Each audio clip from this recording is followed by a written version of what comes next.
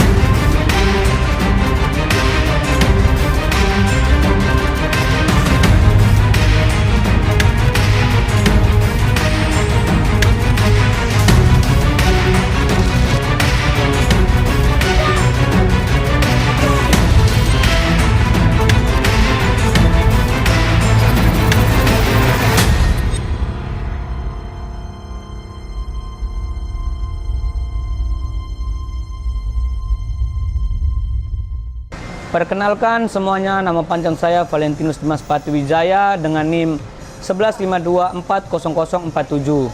Saya dari kelas C. Pada video kali ini saya akan membahas salah satu fenomena politik yang sedang menjadi perhatian masyarakat Indonesia, yaitu program makanan bergizi gratis atau MBG. Saya memilih topik ini karena program MBG ini merupakan salah satu program pemerintah yang paling banyak diperbincangkan. Di satu sisi, masyarakat menyambut baik karena dianggap membantu pemenuhan gizi anak-anak. Namun di sisi lain, muncul berbagai kritik mengenai anggaran, pelaksanaan, serta tujuan politik di balik program tersebut. Melalui video ini, saya akan menganalisis program MBG menggunakan perspektif komunikasi politik. Program makanan bergizi gratis merupakan salah satu program prioritas pemerintah yang bertujuan meningkatkan kualitas gizi anak-anak sekolah, balita, ibu hamil, dan kelompok rentan lainnya. Pemerintah menyiapkan bahwa tujuan utama program ini adalah meningkatkan kualitas sumber daya manusia Indonesia menuju Indonesia Emas 2045. Namun sejak diumumkan program ini menimbulkan berbagai tanggapan.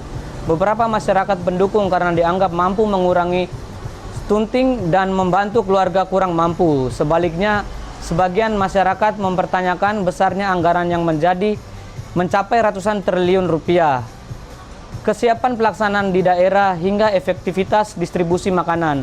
Di media sosial, pembahasan mengenai MBG juga sangat ramai dengan munculnya dukungan maupun kritik dari berbagai pihak.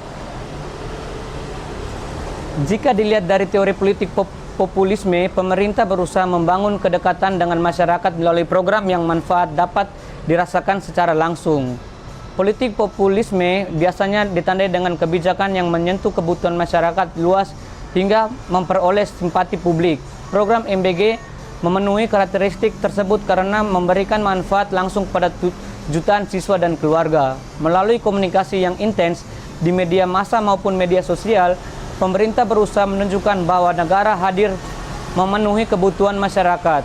Namun di sisi lain, kebijakan populis ini juga bertentangan. Apabila pelaksanaan program tidak sesuai harapan, maka kepercayaan masyarakat dapat menurun. Artinya, keberhasilan komunikasi politik tidak hanya bergantung pada penyampaian pesan, tetapi juga ada hasil nyata di lapangan. Selanjutnya, menggunakan teori political branding. Political branding merupakan upaya membangun citra positif pemerintah melalui berbagai kebijakan. Dalam konteks yaitu MBG, pemerintah membangun identitas sebagai pemerintah yang peduli terhadap pendidikan, kesehatan, dan masa depan generasi muda. Program ini sering dipublikasikan melalui media massa, media sosial, konferensi pers, serta berbagai kegiatan resmi pemerintah. Komunikasi yang dilakukan bertujuan membangun persepsi pemerintah memiliki komitmen tinggi terhadap kesejahteraan masyarakat. Namun, political branding juga harus diimbangi dengan transparansi anggaran, kualitas pelayanan serta evaluasi program agar masyarakat tidak menganggapnya hanya sebagai pencitraan publik. Menurut saya, program makanan bergizi gratis memiliki tujuan yang baik karena berfokus pada peningkatan kualitas gizi anak Indonesia. Namun keberhasilan program ini tidak cukup hanya melalui komunikasi yang baik. Pemerintah perlu memastikan distribusi makanan berjalan merata, kualitas makanan terjamin, serta anggaran yang digunakan secara transparan. Selain itu, pemerintah juga perlu membuka ruang dialog dengan masyarakat agar kritik dan masukan dapat dijadikan bahan evaluasi. Dengan demikian, komunikasi politik tidak hanya bersifat satu arah, tetapi menjadi komunikasi yang partisipatif. Sebagai penutup, program makanan bergizi gratis merupakan contoh bagaimana sebuah kebijakan publik juga menjadi bagian dari komunikasi politik pemerintah melalui teori politik populisme dan political branding. Kita dapat melihat bahwa keberhasilan sebuah program tidak hanya bergantung pada isi kebijakan, tetapi juga bagaimana kebijakan tersebut dikomunikasikan kepada masyarakat.